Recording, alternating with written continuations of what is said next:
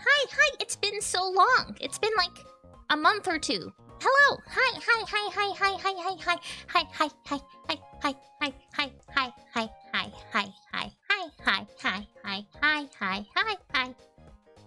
Hello.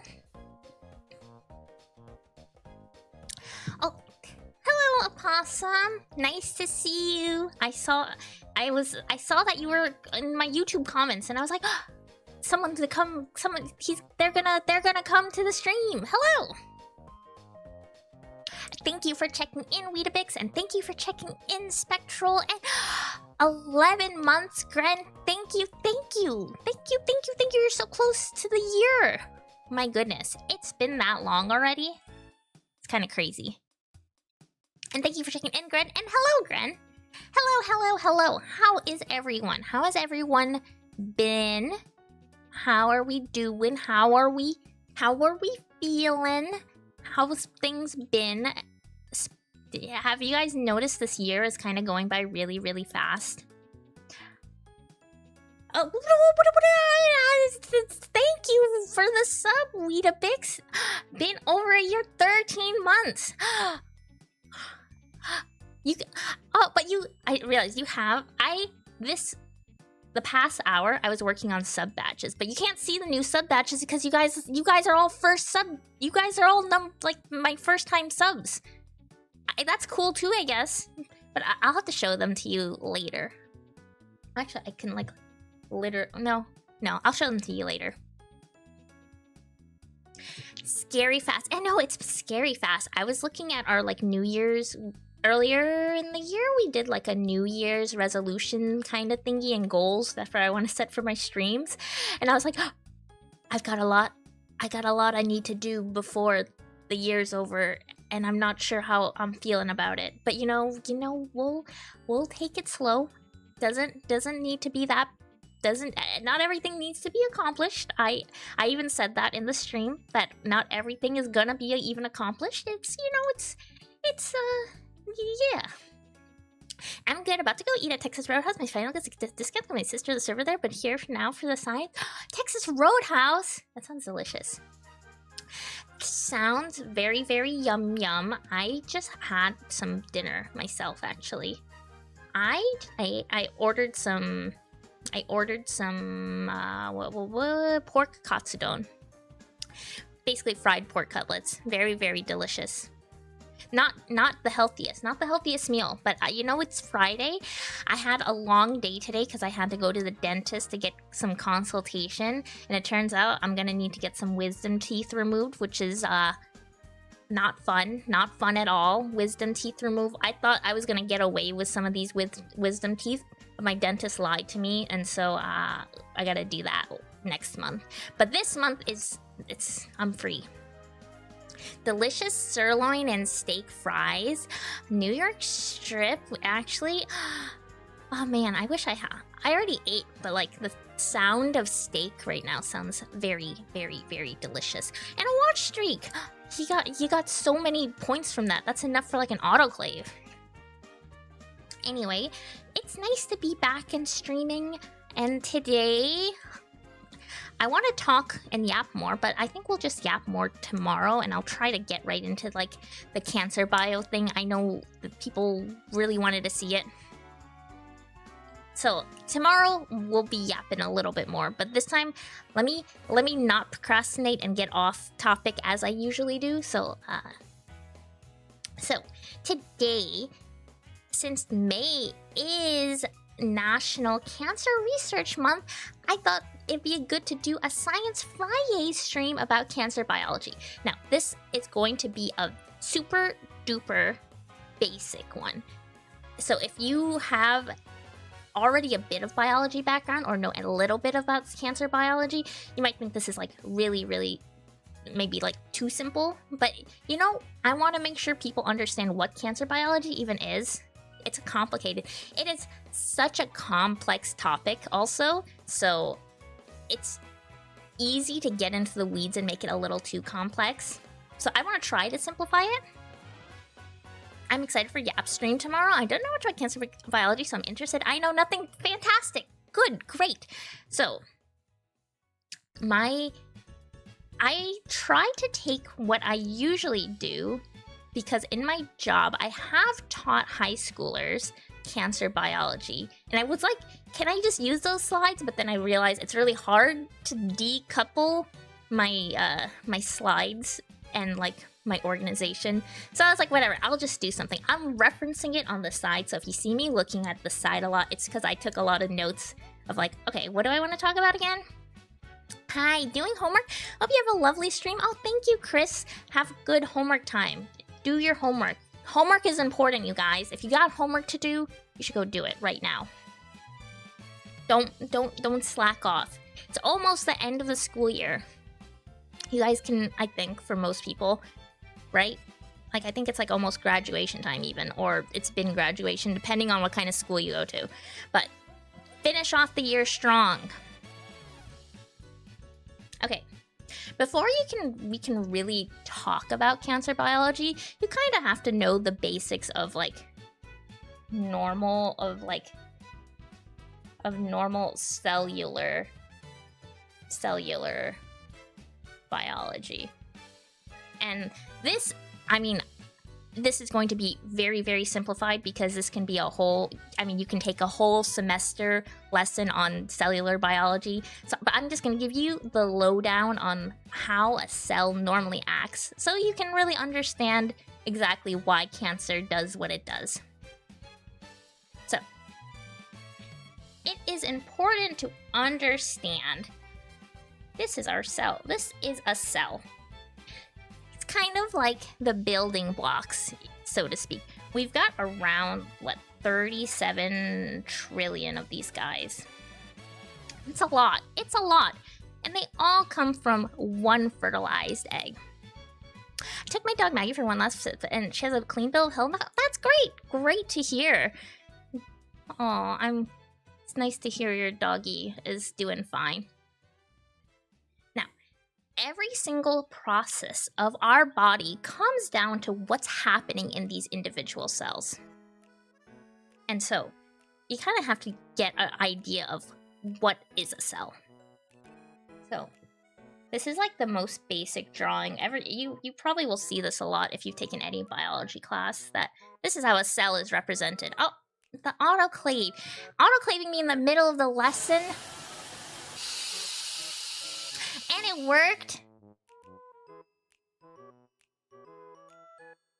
Okay, whatever. Hello, Rip. I can't graduate for another year. Oh, well, it's okay. Keep working hard. Keep working hard, Chris. Oh, thank you for checking in, Rip. Good to see you. Okay. Within our individual little cell is a nucleus. Nucleus. And this is what we would call the control center for a cell. And this is what's really driving what's the cell doing. It's kind of got the blueprint.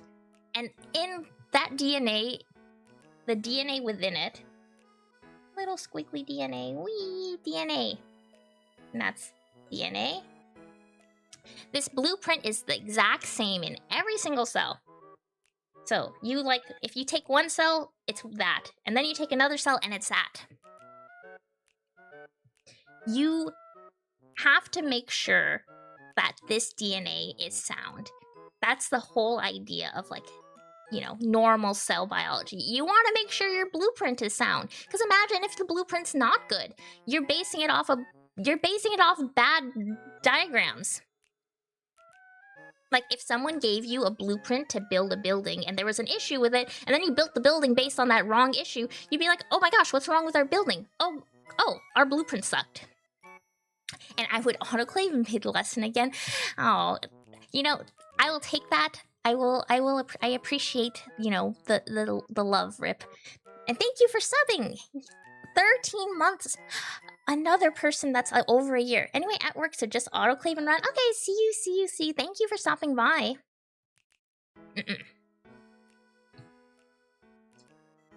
Okay. And within that blueprint, so we're not exactly making a building per se, but it's good to think of what I like to say, the cell is like a mini factory.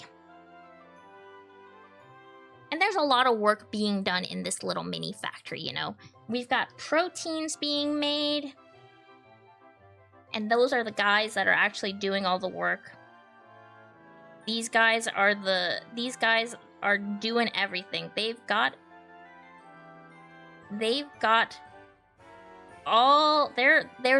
the true laborers of this factory, They're doing signaling, they're moving things around, they're building up this whole cell and the structure of it. They are incredibly important guys, and they're very dependent on what's going on in this blueprint,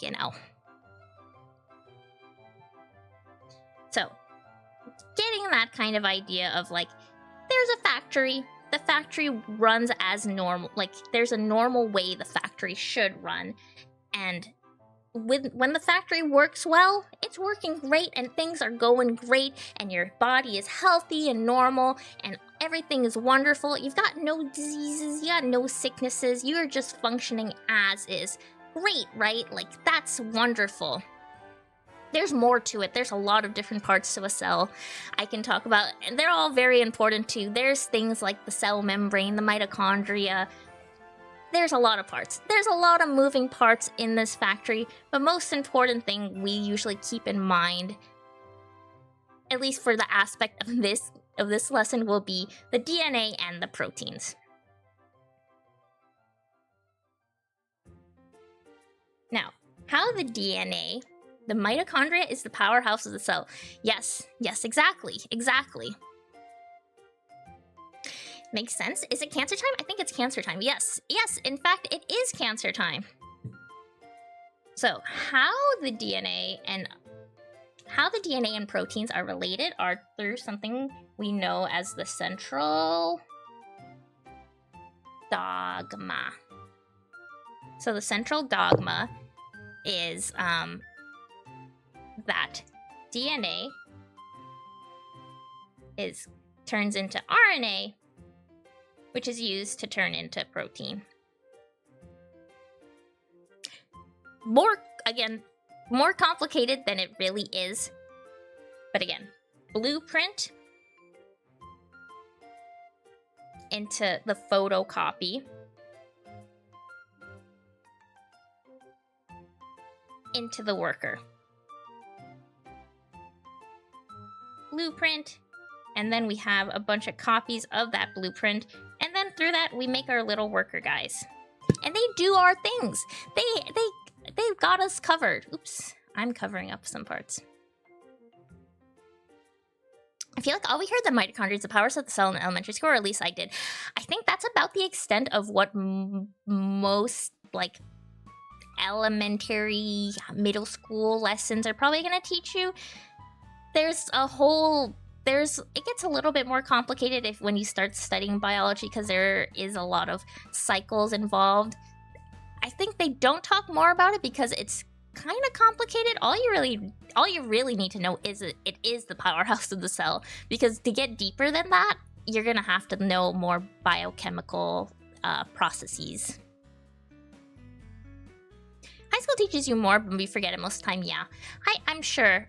It's hard for me to say because I didn't have a proper, like, high school biology. I just kind of, like, self-taught most of it, so I feel like I don't have the greatest representative of what people actually learn in high school biology. But I'm sure they probably taught you a little bit more, but you should... Honestly, mitochondria is the powerhouse of the cell is good enough.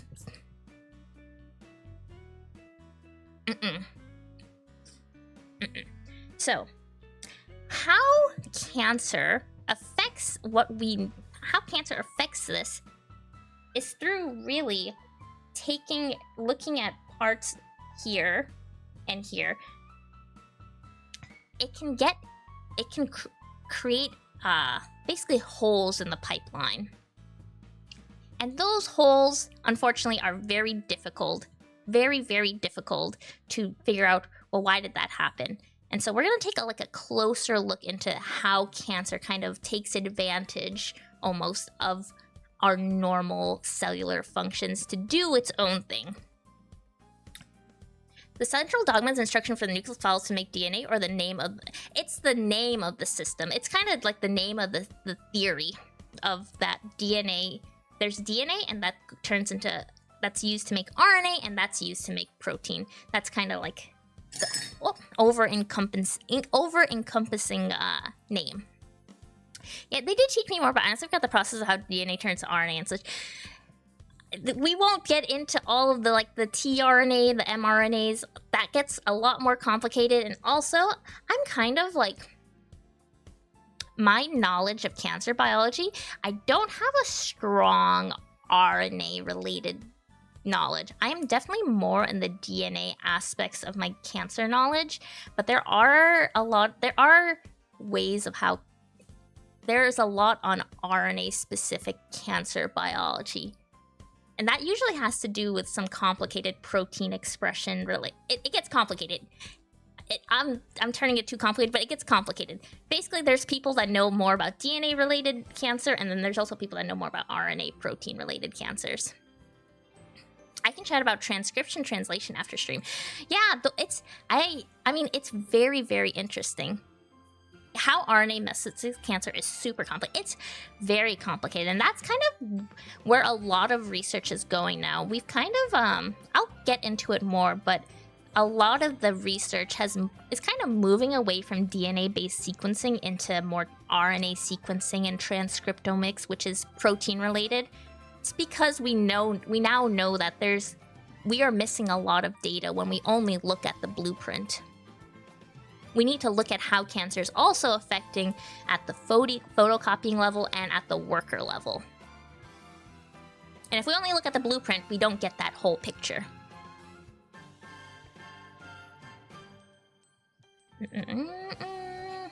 Okay. So, like I said, my focus in cancer, as a cancer scientist, I typically look mostly at the blueprint level cancer. So we're gonna focus primarily on DNA-based cancer biology. Maybe in the future we can do more. We can do other aspects. But then I also need to read up on that because it's not my expertise. Oh my gosh, off topic. But lately I've been in meetings and so many meetings with other teams in my organization that are getting into RNA-based cancer sequencing, and I'm learning so much about protein transcripts, and protein transcripts and gene transcripts, and it's so complicated. I need to read up on it because I really don't get what they're talking about in these meetings. It's insanely complicated, and I sit there for an hour every single day hearing the bioinformaticians talk about how they need to be more mindful about transcripts in their genes, and that this one team isn't doing the right transcript and another team isn't doing the right transcript, and I'm like, I don't get it. Why can't these people pick the right transcript? I don't get it.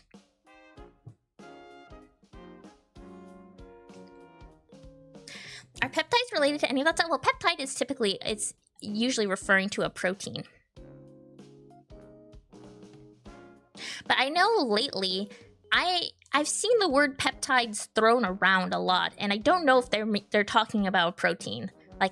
People are really into peptides, and I don't get what they mean. I don't get what they mean as a biochemist. Central Dogma, what a classic.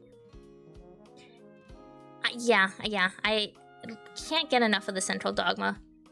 Hi, Beppo. Hello, nice to see you. Peptide is a molecule with the type of the protein. Yeah, I just see it thrown around in like a lot of, what people are injecting themselves with. Yeah, that's what I think I've been seeing about.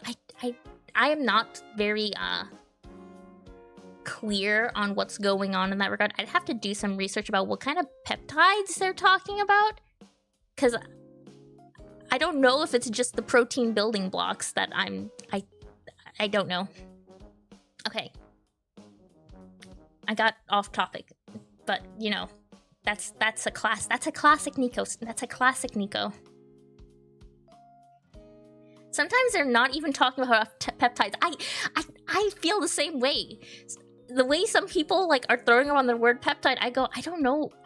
I don't think that's the word you're thinking of. I don't think you know what that term really means. Sometimes I see hate about peptides and I go, I don't know what you're, I'm confused. I'm a confused biochemist. Okay. So, we should talk you can't see that as properly. We can talk mutations. And we can look at it at, like I said, I am primarily my knowledge is in the DNA.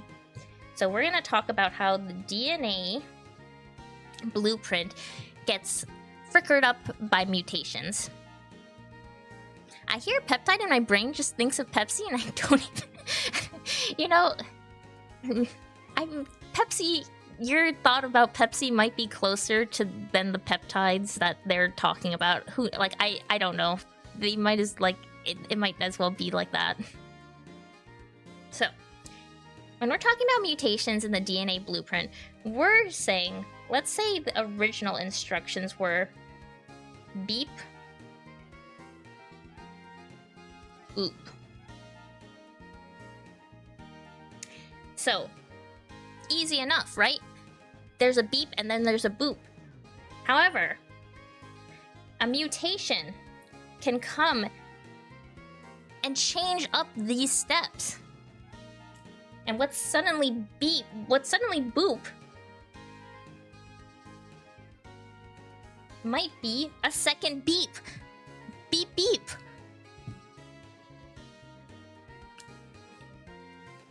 And this could also end up being something like this, where we just lose the second step. Now it's just one beep. And now our blueprint is just completely messed up. We just don't have we don't have what we need. And of course, what changes, what this like results in can be very different regarding on the kind of mutation. Maybe, for example, with just maybe this change, we still have a happy worker. Maybe just having one beep is good enough. Maybe that's fine. Maybe it's good enough to keep going still. That's normal. We humans, we do get mutations sporadically in our blueprints. It's not like as every time a cell, you know, photocopies this and or goes through. Oh, Gren, I knew it.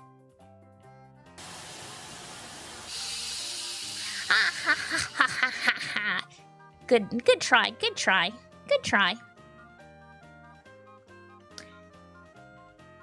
Turns out beep boop and do the same thing, however it becomes blep, the whole thing breaks. Exactly, B, exactly. So, imagine if we keep going with beep, and maybe we do pick up blep. And blep is really, really bad. All of a sudden we picked up blep after we've been kind of cruising with just one beep. Suddenly, our worker, he might not exist. Now we're just missing a guy. Where'd he go? And that's kind of like a very, very simplified version of how cancer mutations can kind of affect our factory. Suddenly we might be missing guys. Suddenly we might have a guy that we've never even had before. Like, who's this guy? Who's that? That's not my factory worker protein. What's he gonna do? Is he gonna cause any problems? Or sometimes the blueprint changing, we have too many of our factory workers. There's a lot of you guys now.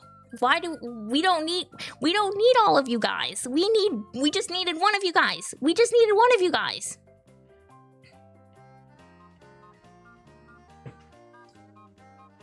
Sometimes Tim didn't come to work today, but Tom came to replace him and messes everything up. And we're like, Tom, you can't keep messing things up. You're causing a lot of problems, Tom.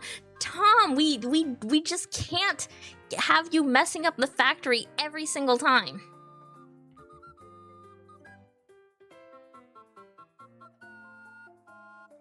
And again, these kind of mutations, again, can happen through a variety of ways. Blep is what makes a random hair sprout on your elbow, right? Yes, you can get a random hair sprout on your elbow with the blep. But that's like most of the problems with cancer. Exactly, we can't pay all of you. That's usually a huge problem. But we'll get more into the details of that. So usually what causes mutations, there's like a variety of reasons. You can have environmental problems, the sun shining on you, aging, smoking, and sometimes, unfortunately, you can just be born with certain genetic dispositions that make you more likely to get different mutations, unfortunately. Oh, thank you for the follow, Not Doom Guy.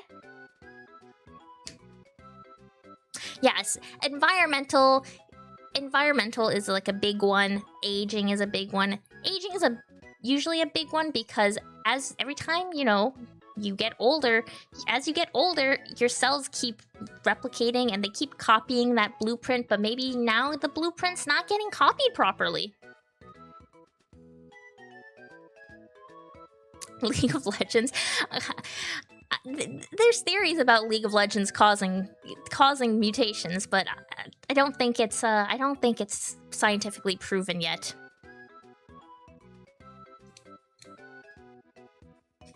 Getting old is continuing to roll gacha. Yeah, so every time you age just a little bit and your cells divide one more time, you're kind of rolling the gacha, and you're hoping, oh please, don't roll the bad thing. Don't roll the bad thing. And eventually, you might roll the bad thing, unfortunately. Sucks. It kind of sucks. But it's also, one of the hard parts of aging research. When I used to do aging-related research and fat, we would have to think about, well, where does cancer play a role in this? And I would be like, I got no idea, Chief. I'm just here to talk about how fat's affected by aging and how we can help that. I can't say anything more than that. I don't got that knowledge. At that point, I definitely didn't have that knowledge. I read about telomeres in your cells not copying right, and that's what gets you. Yes. Telomeres, every time you're aging, every time you're just kind of, you're cutting it down just a little. It's basically statistics. You're rolling a new dice every time, so every time you're more likely to hit the mutation number. The longer you live, the more dice you roll. Yeah. I mean, it's kind of like a luck. It's fortunate, you can live long enough that you keep rolling the dice, but it does suck that as you live longer, the dice you're rolling the dice over and over. Whenever you make a copy, there's a statistic chance of error, and then there's a chance you fix it, then there's a chance it didn't matter, then there's a chance you'd have two of them, and then there's body system kill itself to stop bad things from it, and all that has to break before cancer, and then it's really, really bad. Yes, exactly, B. Just because we might get some bleps and boops every now and then when we wanted beeps, it's likely not gonna matter, But then there's a chance you get some very, very not nice mutations. Like, there are some mutations in cancer that are... they're like the Mr. Beast, I guess, of like cancer mutations. And like everyone knows them. Like if you talk to any cancer biologist, they know this mutation. It's stuff like BRAF V600E, KRAS G12. Hello, Lettuce. Hi. Good to see you. Thank you for being able to stop by. There's certain mutations you pick up and you go, oh gosh, BRCA 1, 2, any loss of function mutation. There's not really a specific BRCA 1 or 2 one. These are like the big boys. You can't see it. TP53 loss of function. There are certain of these mutations that are like, oh gosh, you're gonna have some problems, unfortunately. Thankfully, there are, because of how prevalent and like oncogenic and bad these mutations are, these are typically the ones that have biomarker-specific therapeutics in mind. So, for example, if you get BRAF V600E, you can get something. There's a lot of options for treatments. So it's nice in a way when you get these, because it's like, oh, okay, I have options. Just finished a microbiology quiz. I hope you did well. Mutations are also how evolution works, where you can have beneficial ones that add up over time and result in new species, which is also how you get to my area of study of paleontology and evolution and such. Yeah, exactly. Mutations can be good. Like, that's how we can find more, beneficial phenotypes and all that jazz. And then mutations can also be bad, unfortunately. Not all mutations are going to lead to cancer, but, there are, unfortunately, mutations that do lead to cancer.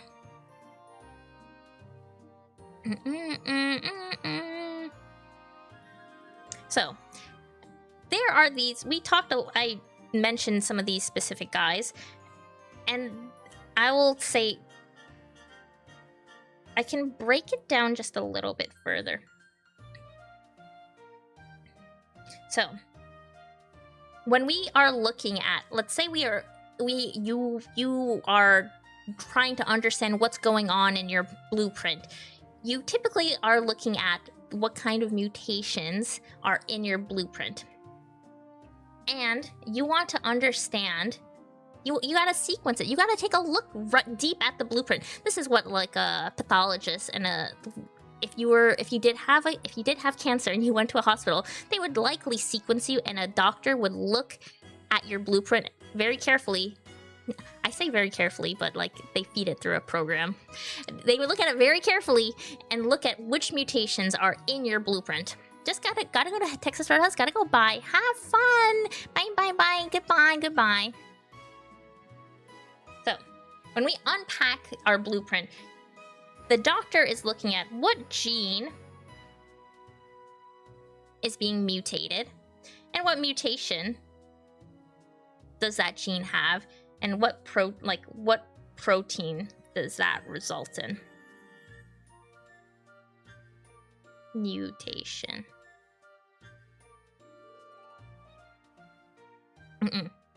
And that's the worker guy, remember?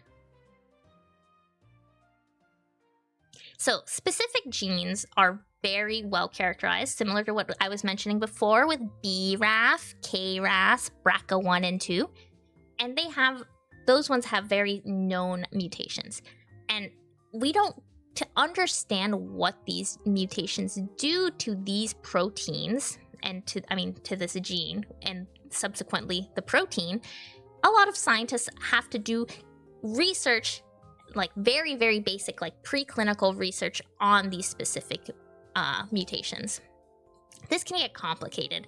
It's one of the parts that I do in my day-to-day job is looking at, are there any new papers out there that show like, hey, this mutation, when this gene has this mutation, it causes problems in mice or in cells.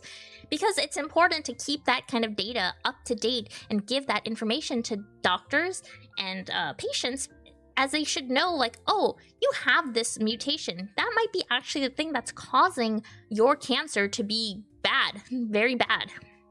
Unfortunately, that doesn't usually mean there is an option to treat them, unfortunately, but it's also a good starting point of understanding, well, what's causing this cancer to be particularly bad. And then we can start to understand, okay, so this protein, this factory worker is not functioning as it should. In what way? And how can we fix that? Is there any way we can fix that?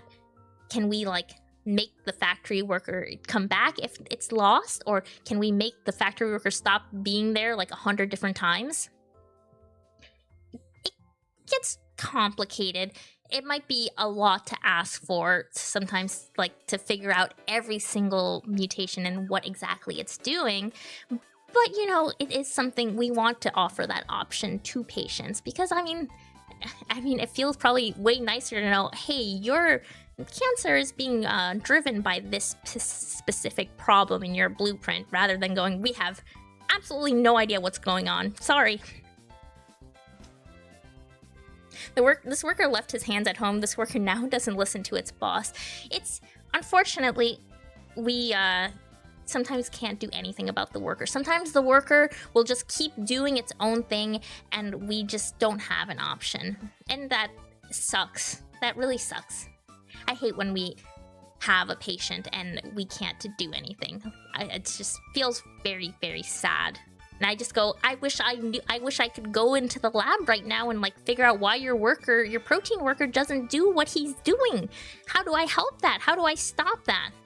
But it's obviously not. It's not that easy.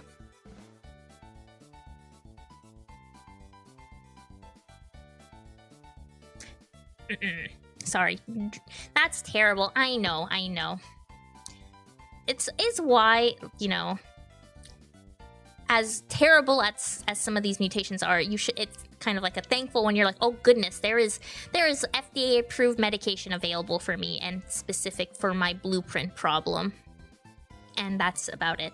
Yeah, sometimes the best we can do is just demolish the factory, and that's the role of chemotherapy. Chemotherapy is usually like a blast the whole factory down, unfortunately, and hope that the factory doesn't come back with problems. The future is ideally in individualized medicine. There is so much work right now in cancer research to try to push for personalized medicine, trying to target specific issues.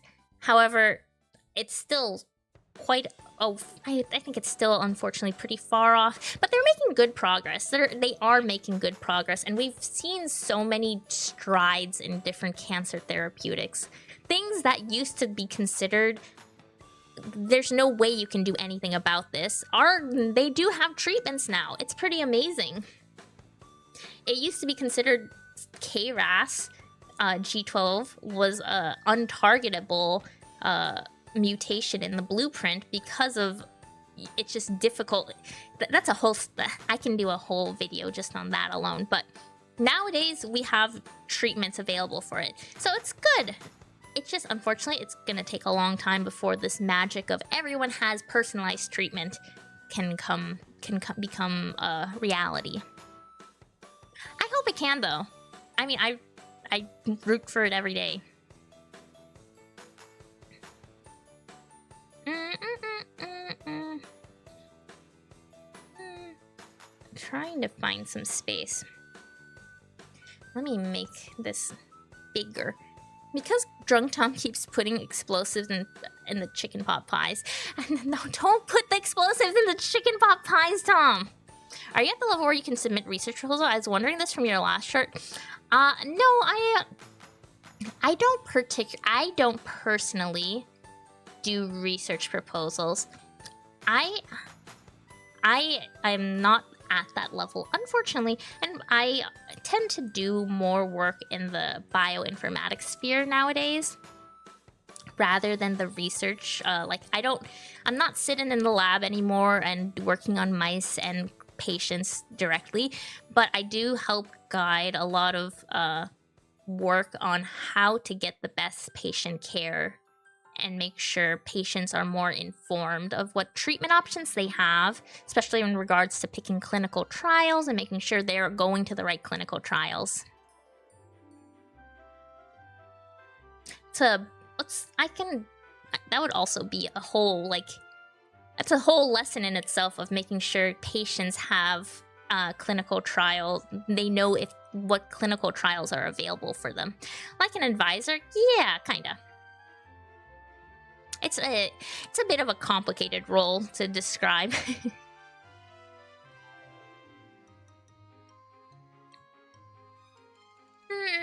I'm trying to think where I can go next. We kind of went all over the place. We can talk a bit about the effects of different mutations in the blueprint. She reads a lot of things and advises patients and doctors. Yeah.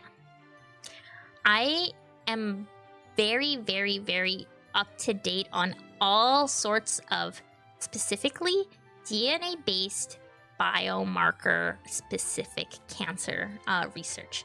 So whenever there's new news about specific cancer mutations and cancer therapeutic updates, I am right on the front lines of telling patients and doctors and other researchers and people and whoever is interested, I let them know.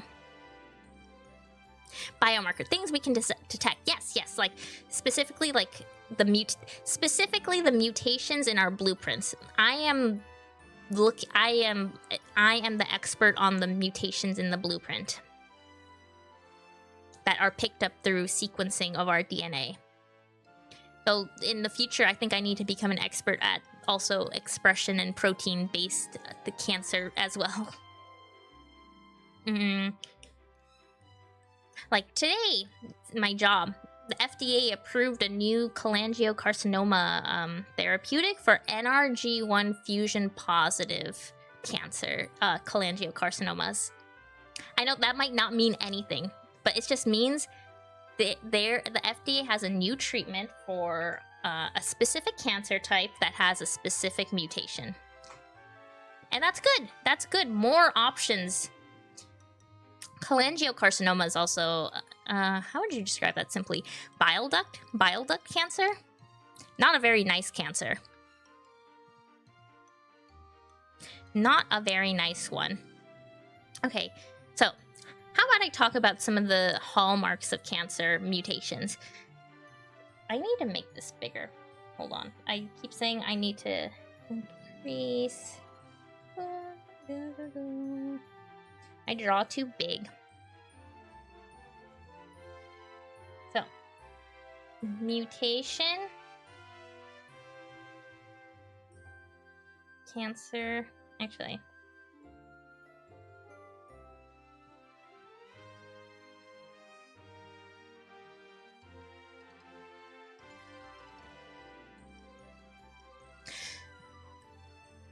I know none of the specific words and yet have enough understanding to know what type of things that could be. I mean, that's impressive in its own way. That is impressive. So, the hallmarks of cancer, it sounds very cool. This is just kind of the understanding of what the specific mutations of cancer, what do they do? And if you understand what these hallmarks are, you kind of understand like why cancer does what it does. Of course, this was originally, I want to say like the 2000s, right? If this was in the 2000s, every so often there's more updates to the hallmarks of cancer as we learn more and more and more and more and more about what actually cancer is. But I'm just going to stick with the 6 original hallmarks because, you know, I can't go into like, I think there's like 15. I think there's 15 or 20 now. Cancer is complicated. It just shows you how it's ever changing and always constantly new research is coming up. It's good. It's really good. But I think if you just know the basic 6 hallmarks of why cancer is the way it is, you kind of understand the other hallmarks, like the ones that are like added onto it. So let's go with number 1, which is the sustained growth. How much things cancer do to make them cancer, not normal cells? Exactly.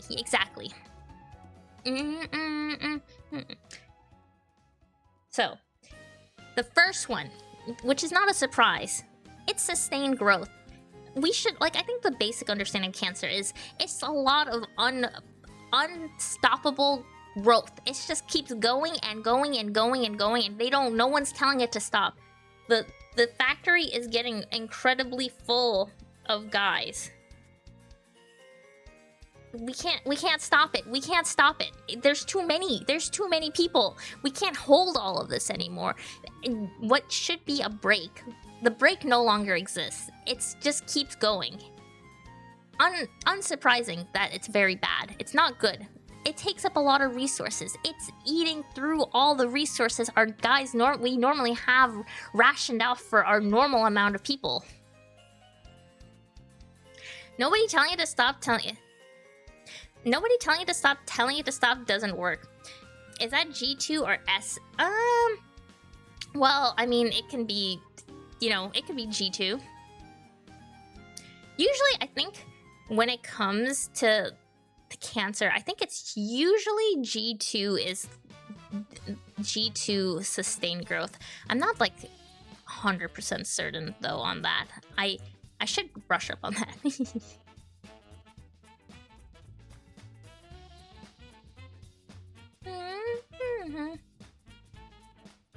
And so number 1 kind of goes in line with number 2, which is evading growth suppressors. I'm in the way. Excuse me, I'm in the way.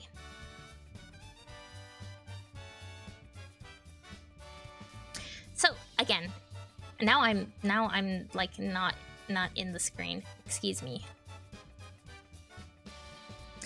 So it's able to grow unsustainably, and it's also evading any kind of suppression from our system. It's able to like dodge and weave between anything that's stopping that kind of uncontrollable growth.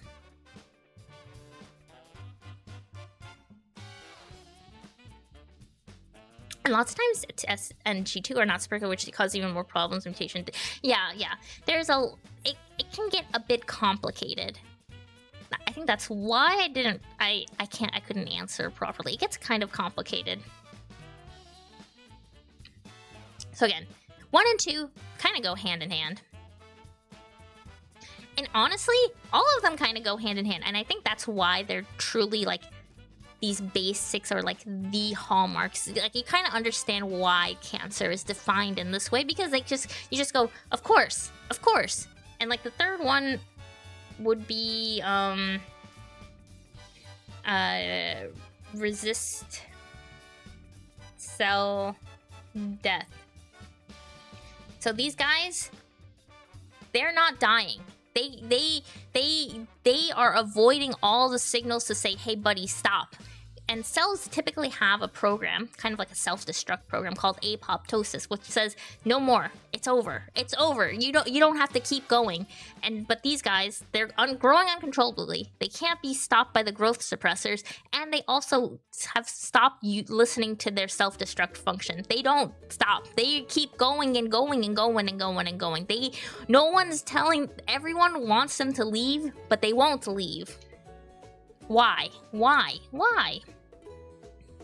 Well, that's in their it's in their blueprint. Sometimes I think this is a topic that comes up often. It always feels like cancer it's hard not to put a personality onto cancer. You want to go like, man, it's so smart. How does it do all that? But it's truly just basing it off evolution. We kept trying to take it out, and we took it out in all these different forms, and then it evolves to, bypass all of that. It's so smart, but it's also just functioning as evolution intended it to. So it's not really smart, but it also feels so smart. Number 4, similarly, replicative. This one's maybe the more difficult to understand, but kind of also goes along. I feel like all 4 of these kind of go together. So replicative immortality is that they can keep growing and growing and replicate over and over and over to do their sustained growth, because they keep extending. They are just an unplugged clock. They are dividing over and over and over, compared to normal cells, which usually have like a hard stop of like perhaps 50 to 70 times that they can replicate before it's over. It's like curtains for them. Life finds a way is a wildly hard and accurate quote for them. Yeah, that's such a good quote. It's such a good quote for something like not like for what it is, from where it came from. But life finds a way for sure. Like cancer is that. It's finding a way. It just knows what systems and programs to hijack to not die. It wants to keep growing. Can sustained growth happen if growth suppressors are present, or is there a certain number of growth suppressors we namely keep? We have a delicate balance of growth suppressors all the time. So I'm gonna go here. In regards to cancer, a lot of specific mutations that happen on specific genes, we can call them oncogenes.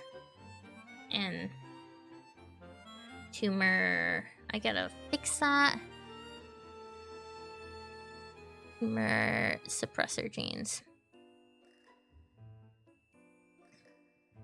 So we label it these ways. We have this kind of distinction because oncogenes are mutations that occur on proteins that kind of lead to uncontrollable growth, you know.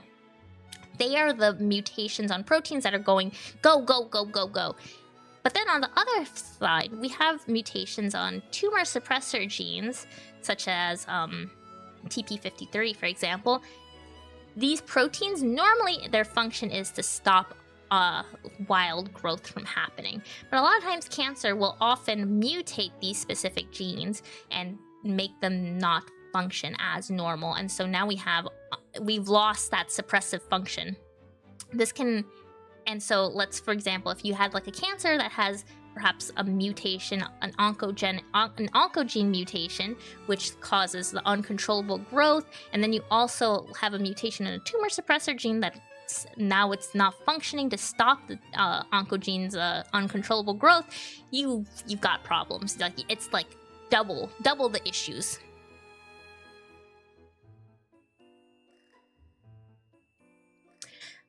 Cancer related, yes, it gets complicated because I feel like onco comes up a lot, and sometimes, you know, I want to say the word like oncogenic.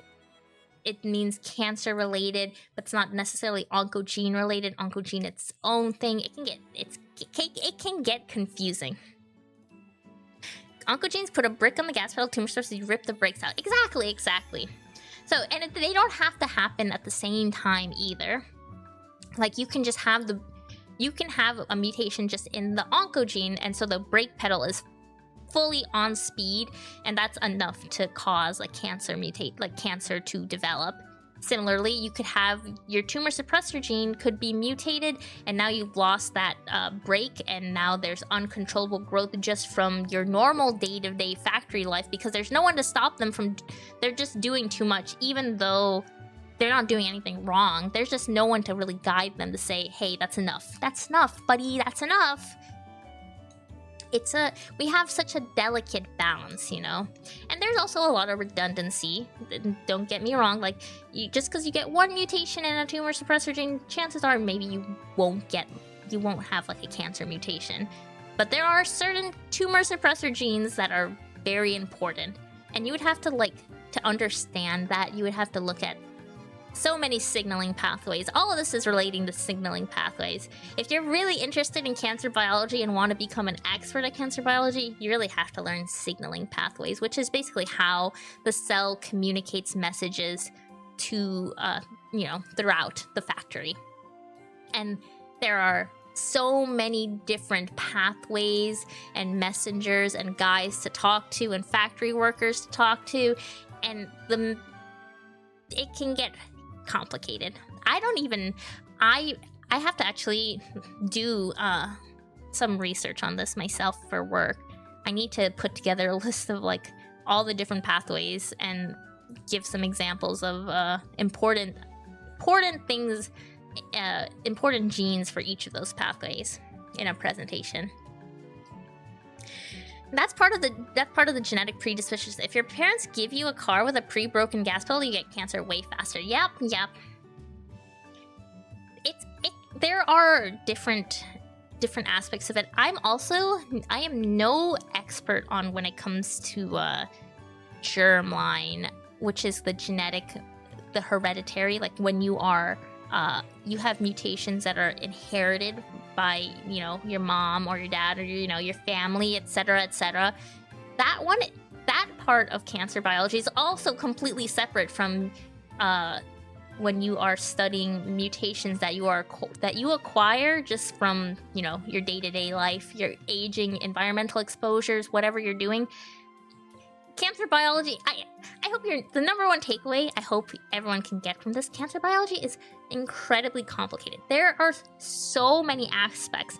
It's one of the most, I feel, you can pull in so many different fields of cancer, of biology, like research and knowledge, and immunology and statistics and bioinformatics and biochemistry. It's so complicated. It's so difficult.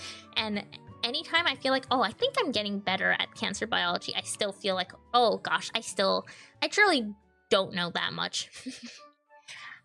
I'm being mean to myself, but it's more like when you sit down and talk to some of the people who have been doing cancer research and have been working in the field of cancer, especially doctors and researchers who have been there for like years and decades. It's like, oh my goodness, this person knows so much more than me. But it's also like motivating. There's a lot to learn. I'm glad there's always so much more to learn. We have a little ad break. I'm just gonna be yapping a bit. Don't worry, I'm not moving on with the lesson. The more you know, the less you know. Exactly. I'm sure those people, those very, very esteemed scholars that I'm talking about, they probably also think the same. In fact, I've even heard them talk about this before, where they go like, oh gosh, I don't know the answer to that. And I go, buddy, I came here with a question. You need to answer. Who else am I supposed to ask for the answer to this? I think I asked a question about a specific mutation in a gene, and I didn't really understand like the consequences of this mutation, because it was in the so genes are made up of exons, and usually you can point out where the mutation happens in which specific exon. And so I was like, well, what happens when this mutation occurs in this gene, in this exon, when it's a non-coding exon? Like, what happens? Does that mean like, does it do something? Like, it's in the non-coding region. Is it gonna cause a problem? They're like, oh, I don't know. Like, oh, okay, I don't know either. I learned later. We found an expert that it does in fact cause problems. Just because it's in the non-coding region, it still causes problems. Who would have thought? I should make this bigger again.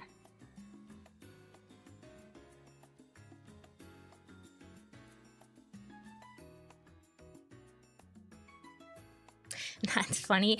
Yeah, I'm always thankful to work in an environment with such smart and also like kind people. They really inspire me to learn more.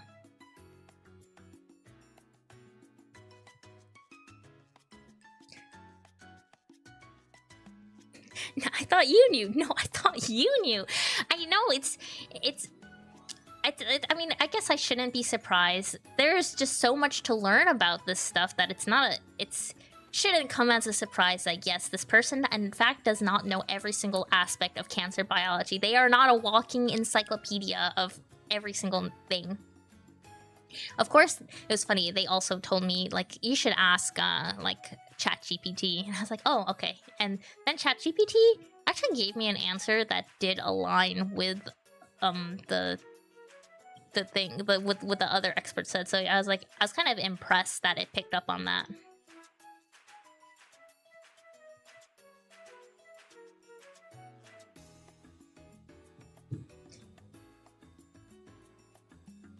Maybe AI is gonna take my job. AI is coming for my job, probably. There's not much I can do about it.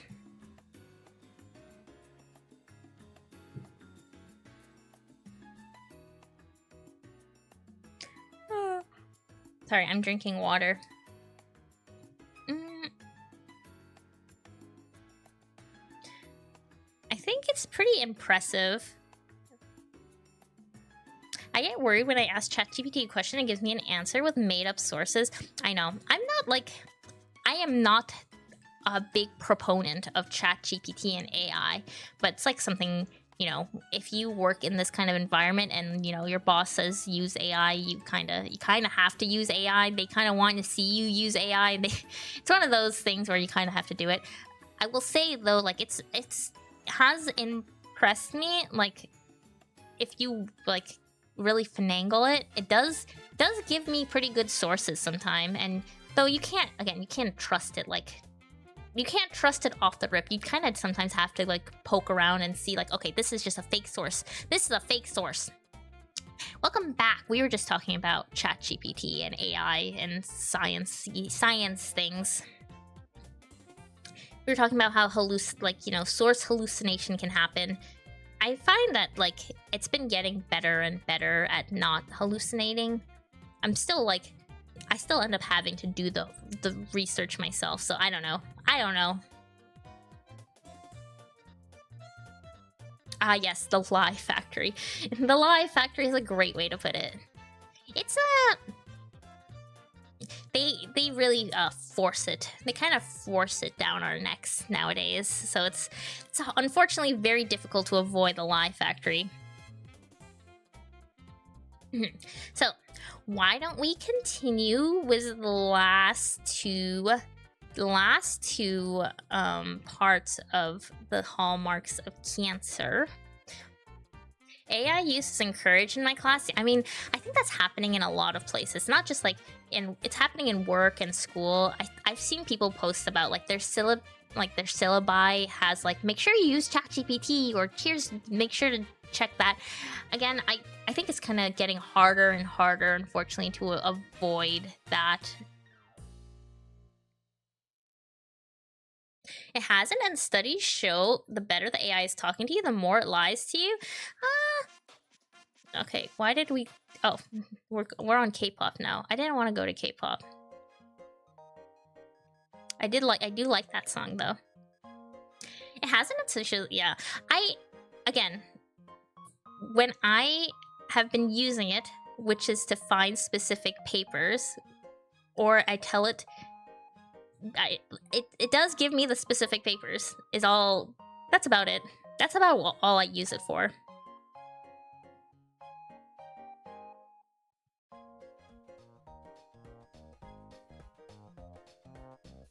It unfortunately does a pretty good job at finding information on Google, like that's like hidden deep in supplementary information, supplementary materials that I would never unfortunately be able to find, because Google is so terribly organized now, and there's no way to search that anymore aside from AI doing a scrape through all the PubMed articles.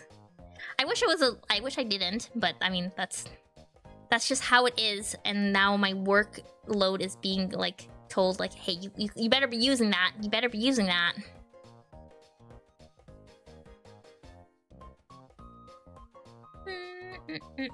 Okay. What's the next hallmark of cancer again? Where did I leave off? Oh yeah. Inducing angiogenesis.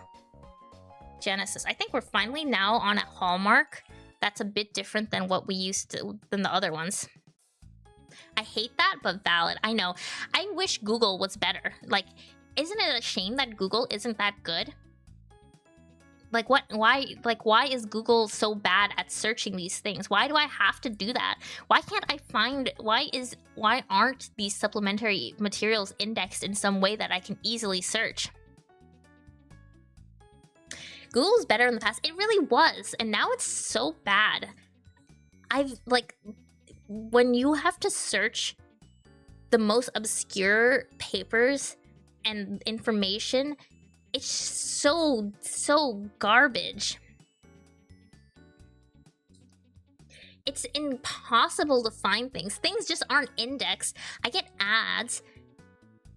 I get shopping results, like, randomly for things that don't... Why are there shopping results for this, even?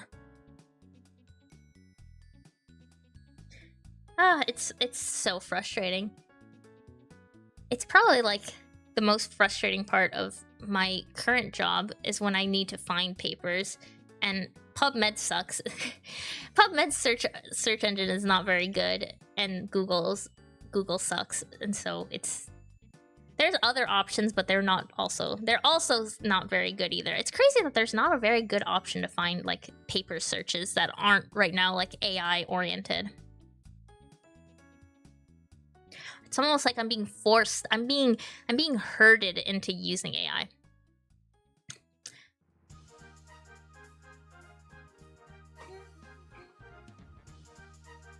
Oh, what's angiogenesis? You're right. Sorry, I got distracted into the AI Google rant. So, angiogenesis is kind of like you were right. It's the birth of new blood vessels. This is essential kind of to the growth. So what happens is, let's say this is a cancer cell. What it's doing during inducing angiogenesis is it's creating new blood vessels to get more resources to allow it to grow even more. This is the very nasty part of cancer. Like, this is where you usually are starting to see some very pronounced side effects, because now we're starting to get into tumor formation territory. New things are growing, like we're getting new blood vessels that we shouldn't have, because now and more resources are now being directed towards this site of the tumor. Very, very, very, very not nice. And this one leads to the last hallmark, which is invasion plus metastasis. So now that they've taken the resources, it's growing uncontrollably. Now it's going to move. Now it's not just going to stay in one area. It's trying to go elsewhere. It's trying to grow more and more and take even more resources, take more things from you, take all that it can. This is usually, we start seeing this like in the late stages of cancer, unfortunately. So when you hear like something is metastasized, like it's gone to the bone or it's metastasized into the brain, it's very, very not good. Cancer treatments work the best when we are able to go like right at the target, like right at the origin before it's moved on. But when it starts to move on to like all these other areas, now we have more places that are going to need treatments. And this can get very problematic, especially when it comes to, let's say we talked a bit about how if this person doesn't have an individualized treatment and we have to treat it with chemotherapy, we need to start blasting even more chemotherapy in all these different regions. And chemotherapy is really hard. You're not just like blasting the cancer cells, you're blasting normal cells. And maybe sometimes that's not even possible. You, like when things metastasize into the brain, it's not very good. Before is dying because of lack of research, which is bad, but better than it just starving you. Squatters. I know, they are squatters. They really are. You just want, it feels kind of violating in a way to have cancer. It feels like you're being taken advantage of. It's a bit like parasitic in a way. They're taking all your resources, leaving you so, drained. And then also you feel drained again additionally because you're getting blasted with some very, very rough treatments. It's awful. It kind of like, it's terrible. It's terrible. Metastasis also means everyone making sure you get it all. It's bad. It's really, really bad. Even if it's not that official, I consider cancer a parasite. Yeah, we technically can't call it a parasite because, it's simply a disease. But it truly feels parasitic in a way of how it takes advantage of your natural functions to make it grow and grow and grow and grow. I hate it. I hate it. Hate it so much. But at the same time, it's truly fascinating, It's hard not to find yourself kind of fascinated by how it's able to do such a sophisticated function. But then also, is it really sophisticated, or is it the fact that we've kind of guided it to do this? Like every time we treat it, we kind of like push it towards being a bit more sophisticated, quote unquote. Cancer is too cool, and also it's awful. I always love talking about the world's oldest dog. The world's oldest dog. Do tell, B. I'm not familiar.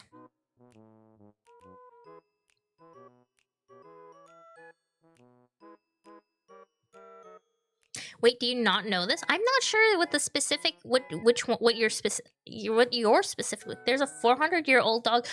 Oh, I think I've heard of this.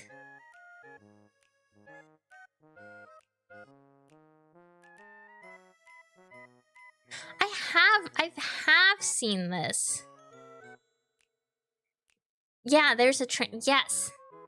That is very fast. Yes. You're right. I have heard of this. Sorry, I'm just like looking it up on the side monitor. Yes, it is very cool.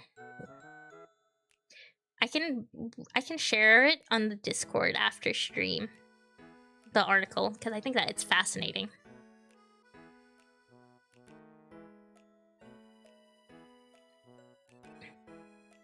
It's so wild that cancer can do this. I think the things cancer can do is insane. I would love to go more in depth in in a future stream to talk about the therapeutics we utilize specifically. So, we have many different therapeutic options nowadays. Cancer research therapeutics have come a long way. And we try our best to take advantage, looking at these hallmarks and all the other hallmarks that we haven't even discussed, and go, how can we stop it at those specific steps? Like, what part can we stop? And that's kind of like the idea of like cancer therapeutics. How do we stop these steps? How do we stop it from growing uncontrollably? How do we make it so it stops evading us? How do we stop it from inducing angiogenesis? It's multifaceted. Your description of metastasis makes me think of prions, a protein. Ah, yes, prions. Prions are another super duper fascinating topic. I love that lesson in biochemistry class. When I first learned about prions, I was like, this sounds like science fiction.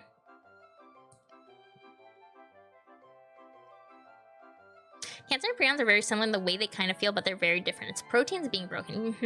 That's a good way to put it, B. They do have a similar feeling, but yes, very different. But yes, both fascinating though. Both very, very fascinating. Again, we'll have to do a feature lesson on therapeutics, but some of the therapeutics and how they tackle the specific aspects of like targeting the cancer is so fascinating. It's never, you would think like, oh, it's just like a straightforward find the cancer and kill the cancer, but it's never that. It's usually trying to go like, hey, there's this pathway. What if we target this pathway all the way over here, and then downstream later on, it will get that protein that is doing harm to the system. And it's like, how do you even, like, you have to do some crazy giga mathing, like mapping of all the different pathways involved. And again, like I said, cancer biology is complicated, and then you have to think about, well, what kind of problems would that actually cause? Like, is that safe? Is it safe to target those things? Like, if you inhibit that specific pathway, are you going to cause like other problems that aren't just like treating the cancer? Are you going to like cause issues with the, you know, the person's other normal functions? And oftentimes, like, yeah, like there are side effects. And then it's part of the trade-off. You have to really, when you design cancer therapeutics, there's like a give and take in a way of going like, well, we want to make sure you're getting treated and you're doing better, but we also like probably are going to cause some harm in other ways. Unfortunately, there's some cancer treatments I think that are better than others in that regard. There's some that are weak, like in the space, they call them like dirty therapeutics because they kind of like are haphazard. They're like kind of blasting things. They're blasting pathways, and they're causing degradation of a lot of different proteins in a way to get to the cancer. But then it's like, it's treating the cancer, I guess. It's helping, I guess. It's much easier to just attack than it is to attack carefully. Exactly. It's the number one thing is always going to be, we have to make sure this patient gets treated in some way. Like, we have to get it. We have to make sure they're not dying from the cancer. Of course, you know, it can be complicated. Not that our biology isn't prone to the idea. Fever works the same way. Yeah, exactly. Like fevers, we just like are kind of going, okay, raise that temperature, buddy. We gotta get these guys out of here. Even like our immune system kind of works similarly, where sometimes we're just we attack a whole lot of things that we shouldn't be attacking. We're not. Man, immunology is so cool. I loved studying immunology so much, but it was so complicated. I can understand why people tend to be specific experts in specific fields of immunology. I used to get frustrated when in grad school, I needed help with something B-cell related, but nobody was a B-cell expert in my school. And so every time I'd go to an immunology professor and go like, hey, do you know about B-cells? And then they would go, I have no idea about anything regarding B-cells. And I'm like, oh, okay. I guess I'll die. I don't know. No one's answering. I've got no one to answer my questions. I guess I'll perish.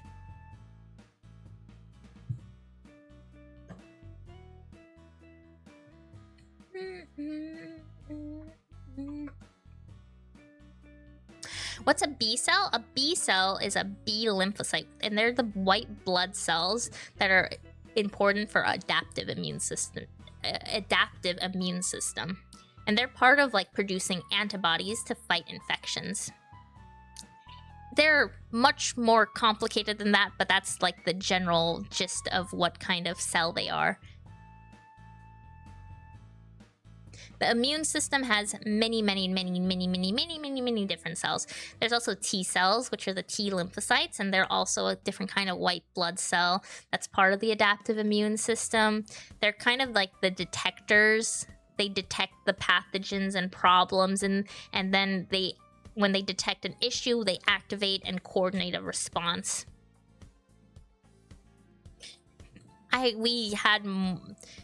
Oh, that sounds extremely important. Yes, it's a very, very important part of the immune system.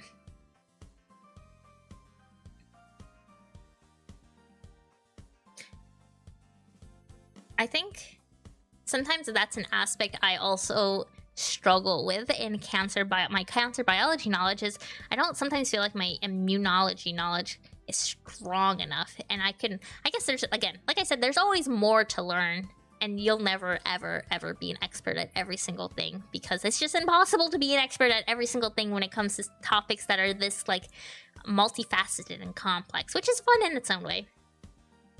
But again, like, my knowledge tends to be more in solid tumors, which is tumors that are more in the tissues, but there's also tumors and cancers that are in the liquid aspect, like our blood, and those have their own unique properties, and those tend to be more immune related. Like the immune system, like the B cells and T cells are usually more involved in those. It's out of my field though. The hematological malignancies, aka like the liquidy cancers, they are not my expertise. Biology is bottomless. It really is. There's like it's never ever ending. And every time I feel like I'm a little bit closer to, I don't know, making a little kiddie pool of knowledge, I go, oh, I guess there's still more I can dig out.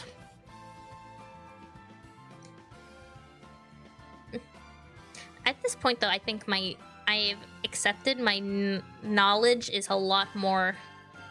I'm much more about like the breadth of my knowledge rather than depth, as I don't do that much specific research. I know an approximate amount of a lot of different solid tumors in DNA sequencing. Every rule has exceptions too. Biology's an eternal.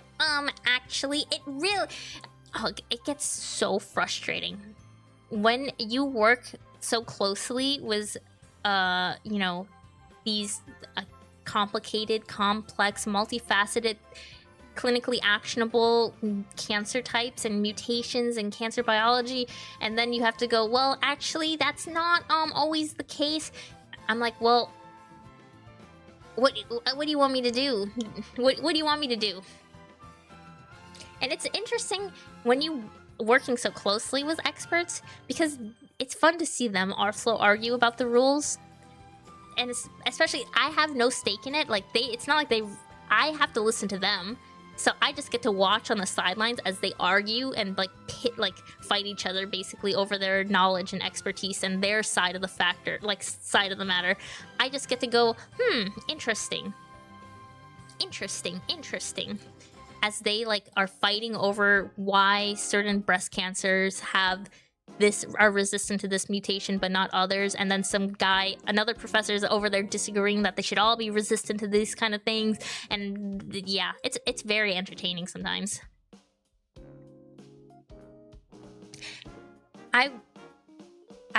It's not entertaining when I have to when they say, make a choice though. Cancer is terrifying, fascinating like the ocean, but so vast and mysterious. It's the apropos way to put it. It sometimes feels like we're so far still from understanding everything. But we've made such huge strides in our understanding of cancer. But we're still really, really far. There's some cool technology that's coming out though, and a lot of it's been making good headway, but sometimes it still feels like, I don't know, are we making enough progress? Sounds immensely interesting. It's very, very rewarding and interesting, and I do love my job. Cancer is super simple. It's a cell that's broken out of control. This problem lies on how many different things have happened and how to try to fight them. Yes, that is true. Cancer is just doing its thing and wants to grow, but then there's everything surrounding that aspect is complicated. Why don't we just stop it from doing its thing? Why can't we just say stop that and it stops? I don't get it. Have the doctors tried talking to the cancer and saying stop that?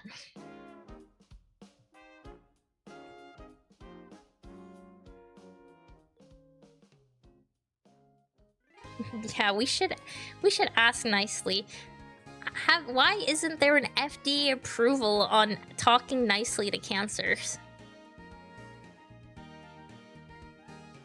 Hit it with a newspaper if we have to.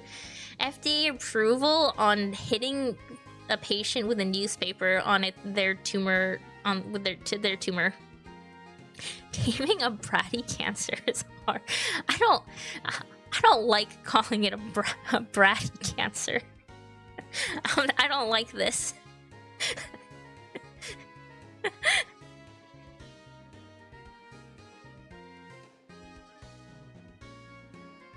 That sentence, there's a lot to unpack, and I saw like an image flash before my eyes, and I don't like it.